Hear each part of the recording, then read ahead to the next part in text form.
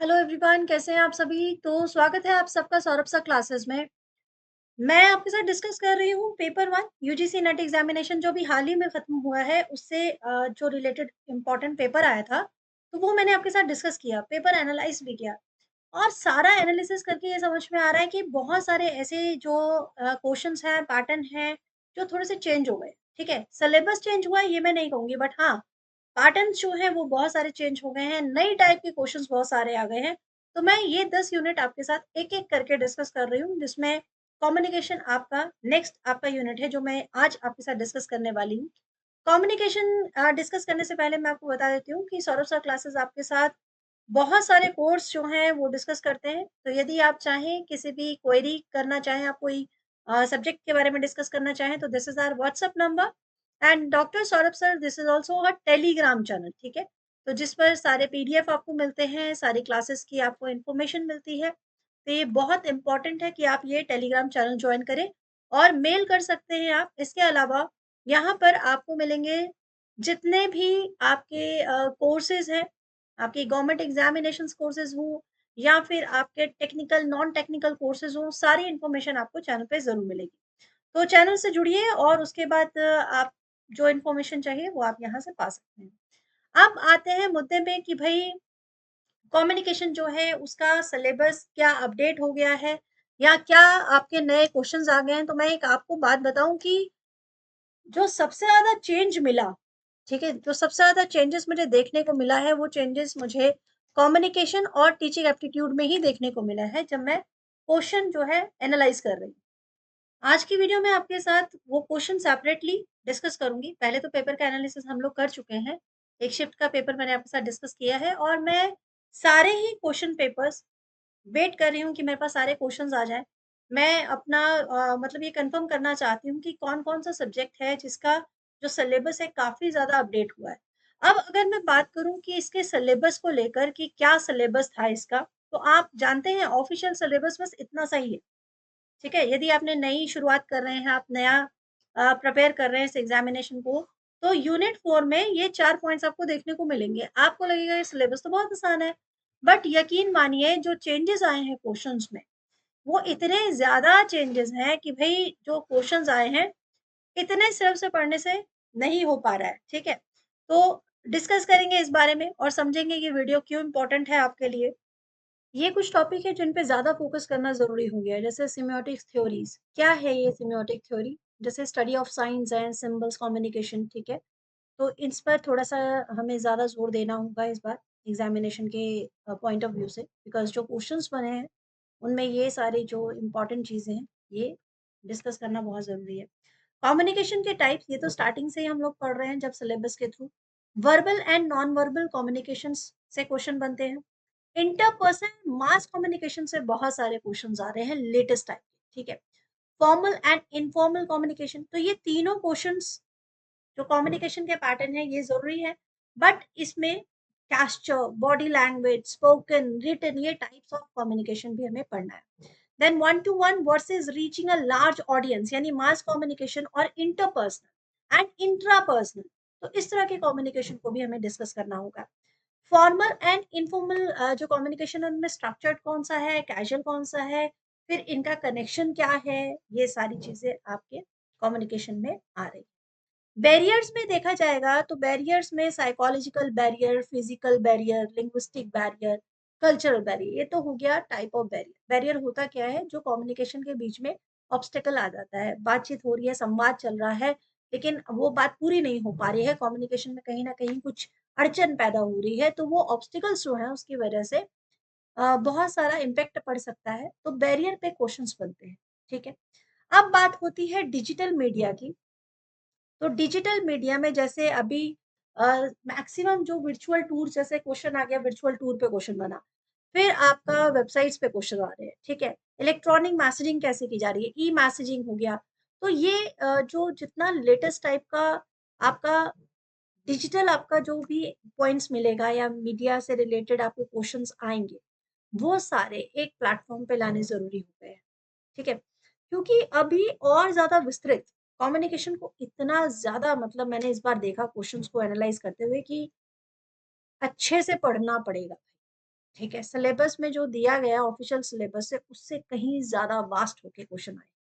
Mass media में आपका GS और जीके दोनों ही कवर करना है, ठीक है? जनरल नॉलेज जो कि आपका कनेक्ट करेगा कम्युनिकेशन को, जैसे मास मीडिया से रिलेटेड हो, जैसे टाइप्स ऑफ मास मीडिया कौन-कौन से हैं, इम्पैक्ट क्या पड़ा सोसाइटी पे, रोल ऑफ मीडिया आपके अलग-अलग पॉलिटिकल, एजुकेशन और कल्चर पे किस तरह से पड़ रहा है।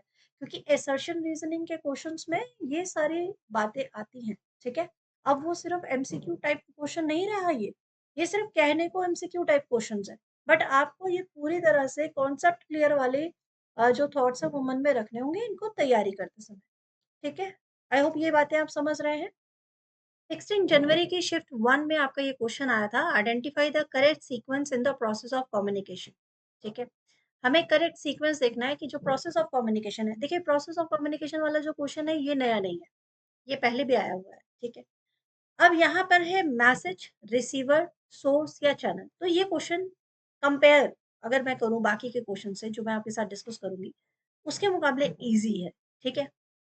इसका आंसर बहुत आसान है क्योंकि हमें मालूम है कि जब मैसेज आप किसी को कम्युनिकेट कर रहे हैं, कोई बात चल रही है, तो जो रिसीवर वाला ऑप्शन है वो तो सबसे लास्ट में आता है। रिसीव करने वाला ना सबसे लास्ट में आता है। मैसेज जो कि मैसेज दे रहा है, मैसेज चल रहा है, रिसीवर जिसके पास मैसेज पहुँचा, सोर्स जिसके थ्रू जो है मैसेज जो है पहुँच रहा है, चैनल जो एक प्रॉपर बातचीत करने का जो चैनल चलेगा जिसके माध्यम से सारी बातचीत होगी, ठीक है? तो यहाँ पर जैसे कि अभी सिंपल है, पता चल ही गया है कि आपका सबसे लास्ट में आ रहा है, ठीक है? सबसे लास्ट में आ रहा है आपका रिसीवर, तो बी अच्छा 2 ऑप्शन है बी के, ठीक है? और सबसे पहले आ रहा है मैसेज, तो ए सबसे पहले, बी सबसे लास्ट में, उसके बाद आएगा आपका सोर्स एंड देन आएगा चैनल और सबसे लास्ट में आएगा रिसीवर। तो this question is not tough, ठीक है? ये आसान क्वेश्चन था, तो ये क्वेश्चन इसलिए मैंने दिया कि आप घबराइए नहीं, ऐसा भी नहीं है कि बिल्कुल सारे क्वेश्चंस आएँगे नहीं, सभी तरह के क्वेश्चंस की आपको तैयारी करनी है। नेक्स्ट क्वेश्चन समझते हैं। नेक्स्ट क्वेश्चन है आपका जो 10th जनवरी से लिया गया है, under which type of communication house journals fall, ठीक है? हाउस जर्नल किस प्रकार के संचार के अंतर्गत आते हैं? ओरल कम्युनिकेशन क्या ये मौखिक संचार है? इंटरकल्चरल कम्युनिकेशन क्या ये अंतर सांस्कृतिक संचार है? रिटन कम्युनिकेशन क्या ये लिखित संचार है? ग्रुप कम्युनिकेशन क्या ये समूह संचार है? House journal, house journal question ये आपका कम्युनिकेशन जो है, ये वाला क्वेश्चन जो है ये एक टाइप ऑफ कम्युनिकेशन है। इंटरनल है या एक्सटर्नल? तो ये इंटरनल। ऑफिशियल लैंग्वेज पे अगर कहा जाए तो किसी ऑफिस के अंदर इन हाउस जो है, अगर किसी से रिटन कम्युनिकेशन चल रही है थ्रू दी लेटर्स, ठीक है, तो उसे हम हाउस जर्नल्स कहते हैं। तो इसमें सही आंसर आपका क्या हो जाएगा? आपका ऑप्शन 3 करेक्ट आंसर हो जाएगा। तो इस तरह के क्वेश्चंस आपके आ रहे हैं, ध्यान दीजिएगा, ठीक है? ये टाइप्स ऑफ कम्युनिकेशन है बट उसके अंतर्गत, इंटरनल के अंतर्गत एक पार्ट है हाउस जर्नल, उससे ये क्वेश्चन बना था आपका। आई होप क्लियर हुआ होगा। अगले क्वेश्चन पर चलते हैं। और ये क्वेश्चन भी लिया गया है आपका 10 जनवरी से ही। What are the 3 stages of interpersonal communication? 3 stages पूछी गई हैं इंटरपर्सनल कम्युनिकेशन से। The phatic stage, plateau stage, personal stage, proxemic stage और इंटीमेट स्टेज। अब अगर आपको ये पांचों का नहीं मालूम होगा तो फिर आप कैसे कर पाइएगा, ठीक है? मेनली फैटिग स्टेज होता क्या है, ठीक है, समझिएगा, इंटरेस्टिंग है। अगर मैं इंटरनल कम्युनिकेशन की बात कर रही हूँ यहाँ पर, तो ऑप्शन में जो एक ये है ना फैटिग स्टेज है, ठीक है? फिर आपका पर्सनल स्टेज है, फिर आपका इंटीमेट स्टेज है, ये तो हो गया आपका पर्सनल। अब ये जो डी और बी है, प्लेटो स्टेज और प्रॉक्सिमिक स्टेज, ये आपके इंटरपर्सनल कम्युनिकेशन के मतलब कोई इनका कनेक्शन नहीं है। तो आंसर में अगर कहें तो ए, सी और ई, अच्छा ऑप्शन 2 हो जाएगा राइट आंसर। चलिए ठीक है। फैटिग स्टेज कहाँ होता है? जब हम नॉर्मल बात करते हैं, सोशली बात कर रहे होते हैं, हाय, हेलो, हाउ आर यू, कैसे हैं आप, चलिए, ठीक है? और पर्सनल स्टेज होता है जहाँ हम अपनी फीलिंग शेयर कर रहे हैं, अपना पर्सनल किसी से डिस्कशन चल रहा है, ठीक है? वो सारी बातें हो जाती हैं। और इंटीमेट स्टेज वो हो जाती है जहाँ पर आप मतलब एकदम इंटरपर्सनल कम्युनिकेशन पर आ गए हैं, एकदम बहुत ही पर्सनल आपकी बातें चल रही हैं, अपने आप से आप कोई किसी से बात कर रहे हैं, कोई एक आपके साथ बैठे हैं, आप उनसे बहुत ही इम्पोर्टेंट कुछ डिस्कशन चल रहा है, तो ये होता है इंटरपर्सनल कम्युनिकेशन। स्टेजेस का बात करें तो ये fatigue, personal and intimate stage का आपका कम्युनिकेशन आ जाएगा। आई होप ये क्लियर हुआ होगा और ये आपका हेल्प भी करेगा जो आपके फर्दर क्वेश्चंस आएंगे उसको। तो इस तरह से आपके कम्युनिकेशन के पैटर्न्स आ रहे हैं, क्वेश्चन्स आ रहे हैं। इसकी सेपरेटली मैं आपके साथ क्लास शेयर करूँगी जिसमें सिर्फ़ और सिर्फ़ क्वेश्चन्स हम डिस्कस करने वाले हैं। तो यदि आपको ये वीडियो इम्पोर्टेंट लग रहे हैं तो प्लीज़ लाइक बटन ज़रूर दबाइएगा और मैं मिलूँगी आपसे बाकी के अदर वीडियोज़ में। बाकी के जो यूनिट्स हैं वो भी तो डिस्कस करने हैं। तो अभी मेरे ख़्याल से 2-3 यूनिट बस बचे हैं, बाकी सारे यूनिट्स मैंने आपके साथ डिस्कस कर दिए हैं कि किस तरह के क्वेश्चन्स बन रहे हैं, ठीक है? इससे आपको ये आइडिया होगा कि अब आपकी तैयारी किस लेवल की होनी चाहिए। सो मैं मिलती हूँ आपसे नेक्स्ट वीडियो में।